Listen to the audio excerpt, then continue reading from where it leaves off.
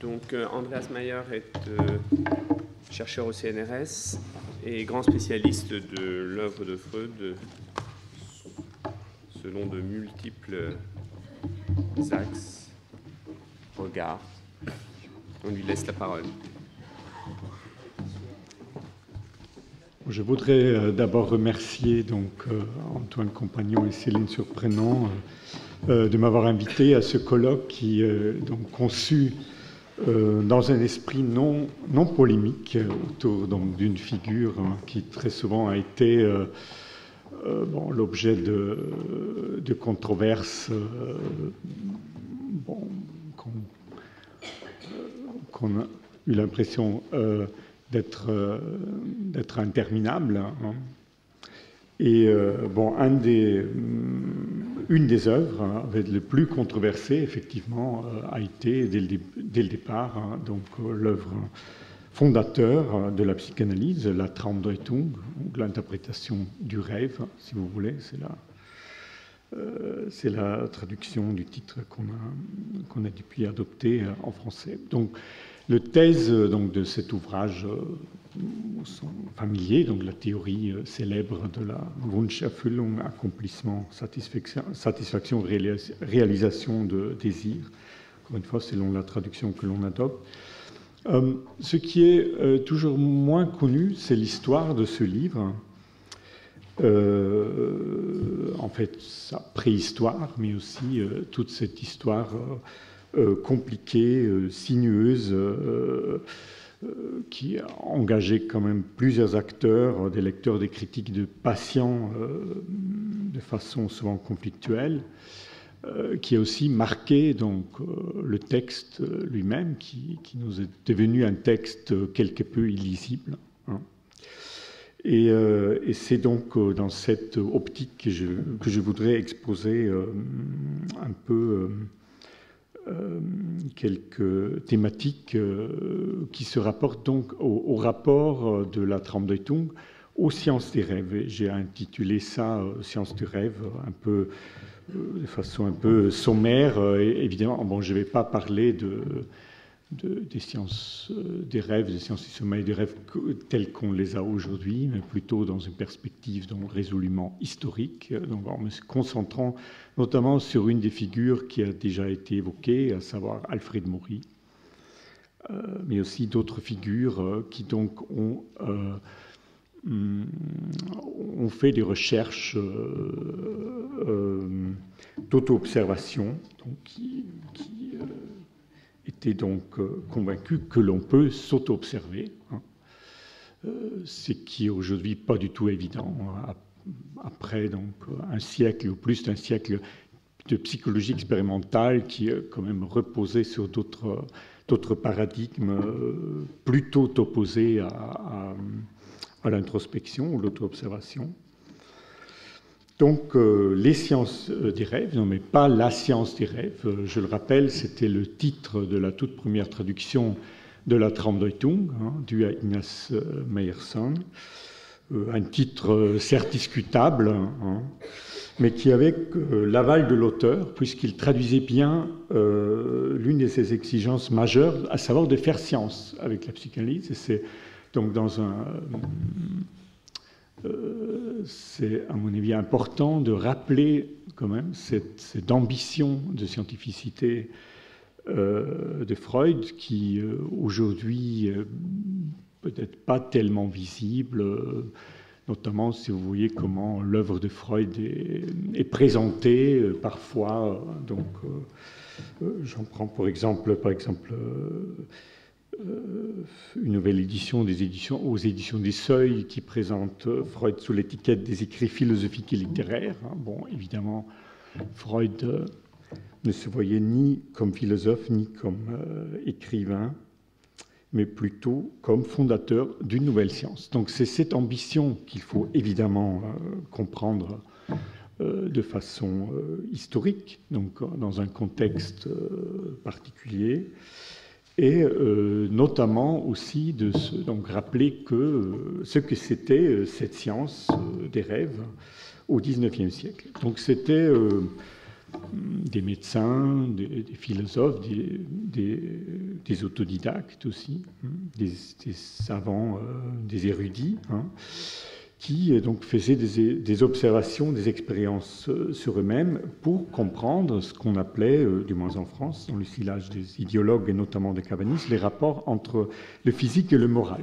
Et donc un des thèmes constants dans ces recherches est le rapprochement entre le rêve et la folie, mais aussi l'analogie avec d'autres états exceptionnels comme le somnambulisme ou les états hypnotiques, dont l'exploration marque, je le rappelle, les débuts de la psychologie expérimentale, du moins en France, à partir des années 1870. Et là, on retrouve une autre figure qui a été déjà évoquée, à savoir Jean-Martin Charcot à la Salpêtrière, son fameux laboratoire clinique où, je le rappelle, son programme fameux de recherche sur le grand hypnotisme faisait usage de beaucoup d'appareils d'enregistrement graphique, de la physiologie d'Étienne Jules Marais, par exemple, pour évoquer encore un grand scientifique du Collège de France.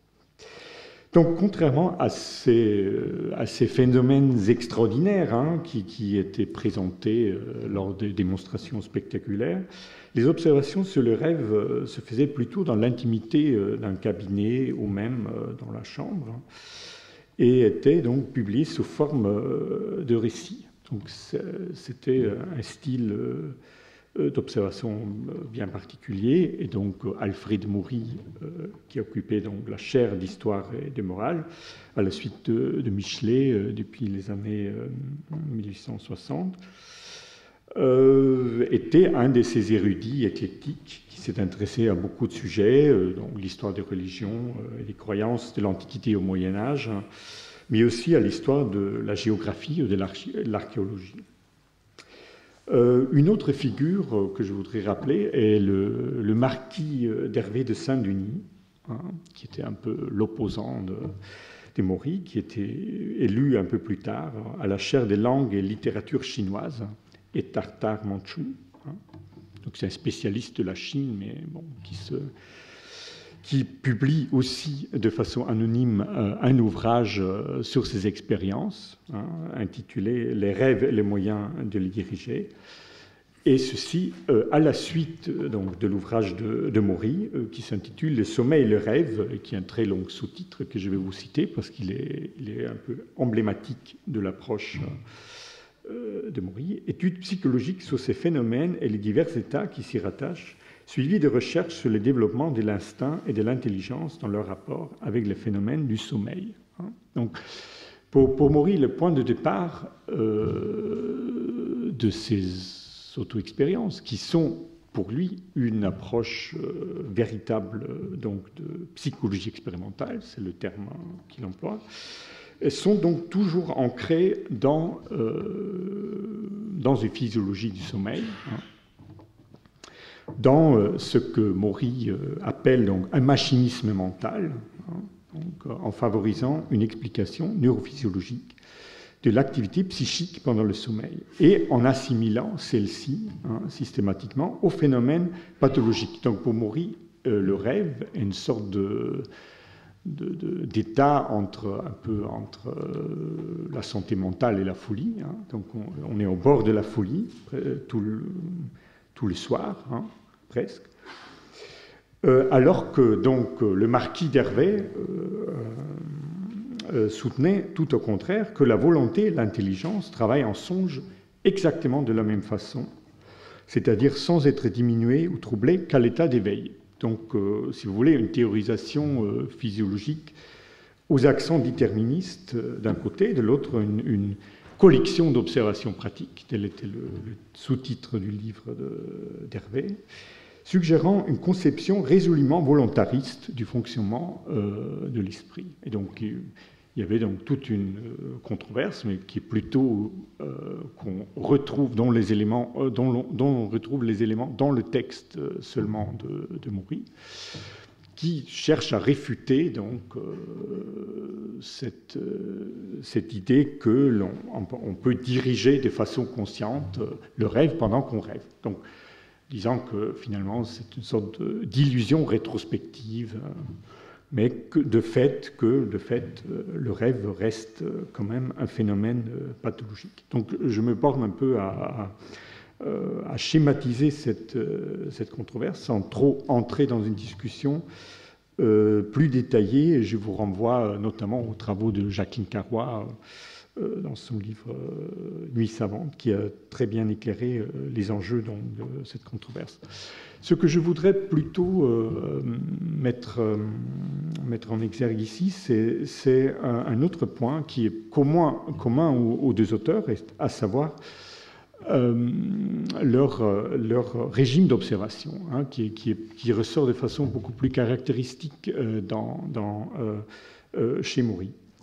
Et donc c'est un régime qui se met en place dès ses premières publications, hein, consacré aux hallucinations hypnagogiques. Donc hypnagogique, ça veut dire donc, entre la veille et le sommeil, en fait, ce que Maury comprend comme des erreurs des sens, donc une sorte d'illusion ou d'hallucination qui se produit donc, au moment où le sommeil gagne donc, le sujet. Et c'est un peu donc, le modèle sur lequel il va ériger donc, sa méthode d'observation, qu'il décrit de façon très économique. C'est à peine 3 pages dans son ouvrage donc, Le sommeil et les rêves. Et donc il y a plusieurs éléments. En fait, finalement, c'est un dispositif, on pourrait dire, assez simple, mais qui repose sur des présupposés. Donc un présupposé, une précondition, et que l'observation ne se fait pas dans un laboratoire. Donc ça ne se fait pas dans un espace artificiel, mais dans l'espace habituel où le rêve se produit donc, chaque nuit, donc, à savoir dans un lit ou dans un fauteuil. Donc elle repose sur un ensemble relativement stable d'habitudes, un régime régulier de sommeil, on pourrait dire. Et donc, face donc, à cette régularité, à ces régimes, bon, on pourrait dire prétendument naturels, mais qui évidemment n'est pas naturel, mais qui est aussi culturel, l'irrégularité de tout ce qui s'est produit, donc de ces phénomènes psychiques, se mesure donc en quelque sorte par rapport aux altérations introduites dans ce premier régime. Donc il y a 2 régimes, il y a le régime de sommeil, il y a après le régime d'observation avec un dispositif que je vais vous décrire.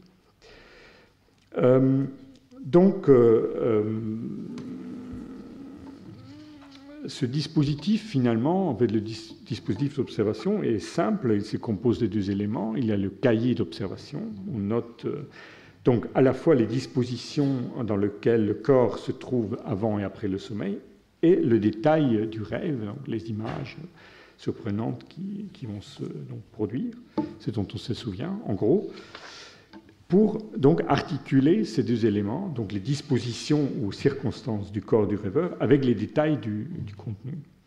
L'autre élément aussi crucial est la présence d'une 2e personne éveillée, se trouvant auprès du rêveur pour l'observer à son tour, afin de compléter ses auto-observations. Et sa présence est indispensable parce que, bon, d'un côté, pour compléter en quelque sorte,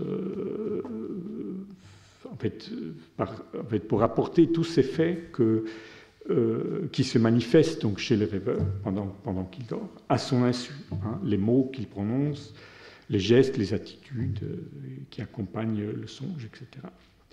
De l'autre, le concours de cette personne est nécessaire parce qu'elle doit réveiller Maury à des moments précis par sa main complaisante, comme il écrit, selon des indications données au début de l'expérience. Donc elle agit parfois aussi de façon quelque peu mécanique en produisant des sensations sur le corps de Maury afin de provoquer des images ou des scènes oniriques correspondantes. Donc toute cette description du dispositif est suivie par un passage dont le ton est très différent où Maury s'adresse à ses lecteurs en se justifiant de devoir les mettre, je cite, dans le secret de mes faiblesses et de mes défauts. Et donc, si le rêve, tel qu'il prétend, n'est pas juste une illusion, mais une hallucination, il se rapproche donc de l'aliénation mentale, des états seconds ou d'ivresse. Il y a tous des passages sur l'alcoolisme, de l'extase et de la possession. Donc, Maury, on le verra, s'intéresse beaucoup aux mystiques, aux possédés, donc aux croyances, offrant ainsi un spectacle plutôt sombre de l'intelligence humaine qui se montre, je cite ici, en déshabillé quand elle est dépourvue de ce vêtement d'apparat que l'on appelle la raison et cette contenance quelque peu fatigante que l'on nomme la conscience.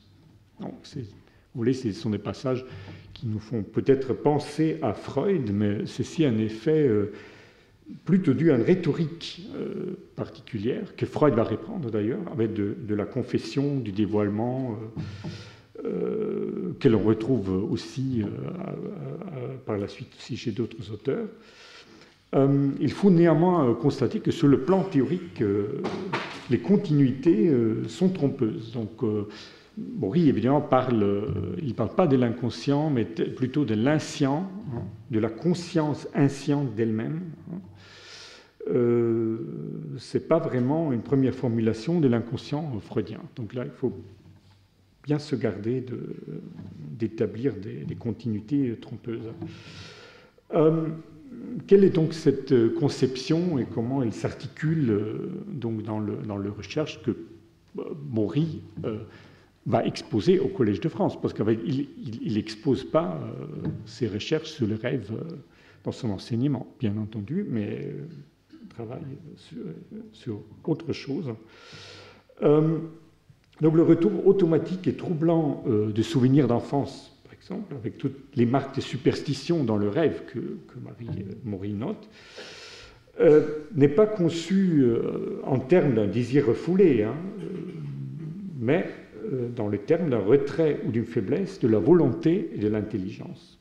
C'est ça, en fait, une psychologie quand même très différente. Et sur ce point, on devrait, comme l'a proposé par exemple Nathalie Richard dans un livre très intéressant, qu'elle a co-dirigé avec Jacqueline Carra, sur Maury, érudit rêveur, donc, où il s'agissait précisément de comprendre Maury dans son contexte, dans son enseignement au Collège de France. Donc on devrait donc insister sur l'articulation du projet d'une psychologie expérimentale du rêve chez Maury avec ses études sur la croyance et la superstition. C'est donc juste un an avant son livre sur le sommeil et le rêve, je le rappelle, qu'il publie un livre intitulé « La magie et l'astrologie dans l'Antiquité et au Moyen-Âge » ou « Études sur les superstitions païennes que se sont perpétuées jusqu'à nos jours ». Et Maury fait le constat qu'à l'époque de la science triomphante, positive, des formes contemporaines de la magie et de la divination persistent comme autant de phénomènes relevant de la superstition. Je cite, « La crédulité paraît être une maladie incurable de l'esprit humain, et quelque vigoureuse que semble notre constitution mentale, elle est exposée à des maux passagers, à des défaillances dont je crois saisir autour de nous d'alarmants symptômes. Les illusions de la magie ne se sont pas totalement évanouies, et pour le comprendre, il faut étudier les circonstances et les phénomènes qui les ont entretenus et propagés. » Et s'il est un phénomène qui préside à toute cette magie pathologique, c'est le terme que Maury emploie, qui se perpétuait donc à travers les âges, selon lui, c'est bien le rêve qui, je cite, « tout ordinaire qu'il soit, a alimenté des croyances superstitieuses et des craintes puériles. » Donc, vu donc, cette articulation, il paraît donc évident que le régime d'auto-observation onirique, tel qu'on le voit donc naître ici, et qu'on pourrait qualifier peut-être d'un positivisme inquiet, d'un positivisme troublé, sans perspective optimiste ou progressiste. Donc un positiviste, Maury est donc un positiviste troublé, on pourrait dire, qui fait état donc justement de de la fragilité et de la faiblesse de la constitution humaine et se pose en sujet donc de cette problématique, donc sans pointer une issue ou on pourrait dire une thérapeutique, parce que bon, l'humanité est donc incurable parce qu'elle dort, on pourrait dire, tous les soirs. Donc, je vais donc par la suite m'interroger un peu sur le rapport entre ce régime d'observation et l'approche donc que Freud a développée dans la Traumdeutung, à savoir donc l'auto-analyse, ce que Freud appelle l'auto-analyse, et m'interroger aussi un peu sur l'articulation entre la science positive et les éléments de pratique divinatoire, pour dire, dans la méthode psychanalytique. Donc, pour répondre à ces questions, il faudrait s'interroger sur l'histoire, donc ce qu'on appelle l'auto-analyse freudienne. Et là, je crois que c'est quand même utile de préciser un peu ce qu'on voudrait entendre par l'auto-analyse. Et je pense, là, il faut vraiment une perspective un peu plus analytique et historique à la fois que d'habitude. Souvent, on parle de l'auto-analyse freudienne comme si on savait très bien ce que c'était. Hein, je crois, c'est beaucoup plus compliqué. Bon, on pourrait distinguer au moins 3 niveaux, il me semble, si on s'approche donc de façon historienne. Donc on a des sources respectives de l'auto-analyse. Une des sources, c'est évidemment la correspondance avec Freud, entre Freud et son ami Fliess. Hein, où on voit l'élaboration donc de cette démarche hein, pendant que Freud écrit la Traumdeutung. Ensuite, nous avons évidemment les publications de Freud, en premier lieu la Traumdeutung, et là on sera peut-être étonné que Freud utilise l'expression auto-analyse très très peu, en fait 4 fois au total, dans tout ce que Freud a publié, c'est quand même pas beaucoup, et qu'il l'utilise au pluriel, hein, notamment dans la Traumdeutung, donc Selbstanalysen, et dans un sens purement technique. Hein, ce qui est essentiel, à mon avis, dans ce contexte. Et troisièmement, nous avons ce qu'on a appelé, et ça c'est en fait la version la plus répandue, pour dire, le mythe de l'auto-analyse, donc le grand événement fondateur insondable. Et ça c'est un récit qu'on doit à Ernest Jones, à la première biographie, une des premières biographies, parce qu'il y avait d'autres biographies déjà du vivant de Freud, où Freud est présenté comme le découvreur de l'inconscient, etc. Sans histoire, sans contexte. Donc il ne faut pas confondre, à mon avis, ces trois sens, ces 3 possibilités de s'approcher donc de l'auto-analyse, telle qu'on l'a, en fait, des confusions qu'on trouve souvent dans la littérature biographique, dont aussi une biographie récente.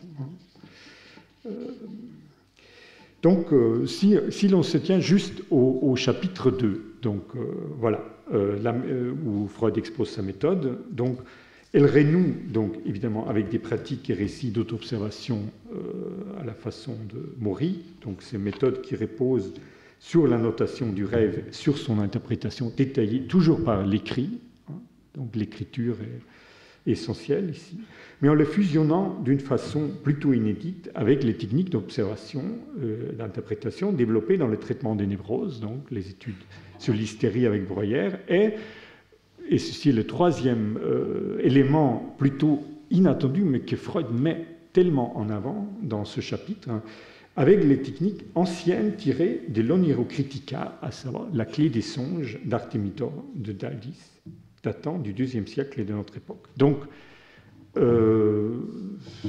dans ce contexte, il convient évidemment insister sur la double inscription du livre que le titre allemand indique très bien et qu'on ne peut pas vraiment traduire dans une autre langue. Parce qu'en choisissant le titre Die Traumdeutung, hein, pour un livre qui paraît chez un éditeur sérieux, hein, à savoir Franz Deutiker, à Vienne et Leipzig, Freud évoque à dessein les clés des songes, donc un genre remontant à l'Antiquité, se situant à l'opposé de la science positive du XIXe siècle.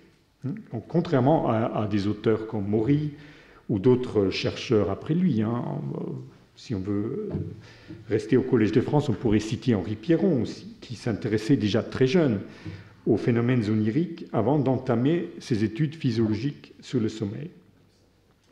Donc, contrairement à ces chercheurs, l'oniromancie est plus que d'un intérêt purement historique, apte à renseigner les psychologues modernes sur les croyances erronées des anciens. Donc, il y a une méthode positive en puissance, en fait, c'est un peu la provocation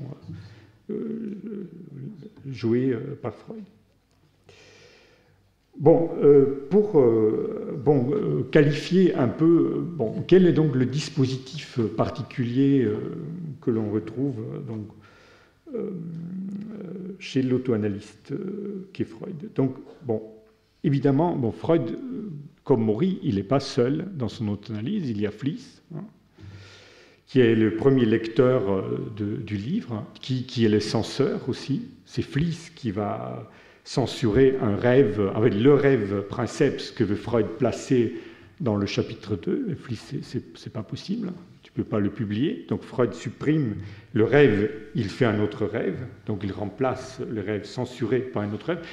Donc on voit déjà donc, dans la constitution du texte lui-même un jeu extrêmement complexe que l'on va après retrouver et dans la théorie freudienne, parce que la censure, le censeur devient un concept fondamental pour Freud, mais on va le retrouver aussi dans la méthode que Freud propose, parce qu'en fait c'est le lecteur qui est sollicité, qui est provoqué constamment à contredire, à vérifier, mais en contredisant Freud. Donc, le rêveur donc, visé par Freud est avant tout un lecteur qui s'exerce donc, dans l'auto-analyse de ses propres rêves en relation permanente avec un modèle présenté et représenté par l'auteur lui-même. Il est donc idéalement censé rêver avec, contre et sans Freud, parce qu'après il doit quand même retrouver sa propre lecture. Freud n'est qu'un modèle. Dans donc un processus de formation mobilisant des procédés d'écriture et des lectures. Et en fait, j'insiste tellement sur ce point parce qu'en fait, c'est quelque chose qui va par la suite transformer le livre qu'est l'interprétation du rêve, parce que Freud va inclure des ajouts, il va aussi couper des remaniements profonds qui viendront progressivement donc d'autres auteurs qui risqueront donc de faire disparaître le caractère exemplaire du modèle de l'auto-analyste Freud. C'est effectivement quelque chose qui va se jouer donc avec les éditions ultérieures du livre où la symbolique du rêve prend une place prépondérante, une symbolique fixe, et là on retrouve effectivement le passage aux clés des songes, encore une fois, donc une symbolique fixe, donc qui n'est pas liée aux associations et qui en quelque sorte est là comme un fond, comme un vocabulaire dont on pourrait faire donc le dictionnaire. Donc il y a des élèves de Freud comme Steckel, par exemple, qui vont donc transformer la méthode d'interprétation en une sorte de cure un peu plus rapide, où on peut déceler déjà dès le départ, le patient arrive avec un rêve qu'il a écrit à la maison, et l'analyste arrive tout de suite à dépister donc, le complexe, soit d'Édipe ou soit d'autres complexes, parce qu'il y a plusieurs complexes à cette époque-là, sans transfert, donc une lisibilité de quelque chose qui serait comme des données brutes, où l'on voit effectivement aussi une recherche d'une objectivité qui donc fait problème. Voilà, donc je voudrais donc, comme le temps est avancé, terminer et ne pas lire la deuxième partie de mon exposé parce que je me rends compte que c'était beaucoup plus long. Et donc, constater donc, en guise de conclusion que, bon, à partir d'un certain moment, l'auto-observation, qui est bel et bien intégrée à un certain moment de l'histoire de la psychanalyse, dans l'auto-analyse freudienne, mais aussi transformée par elle, perd finalement donc, ses droits. Et c'est justement au moment où La Traumdeutung devient un livre de combat, on pourrait dire.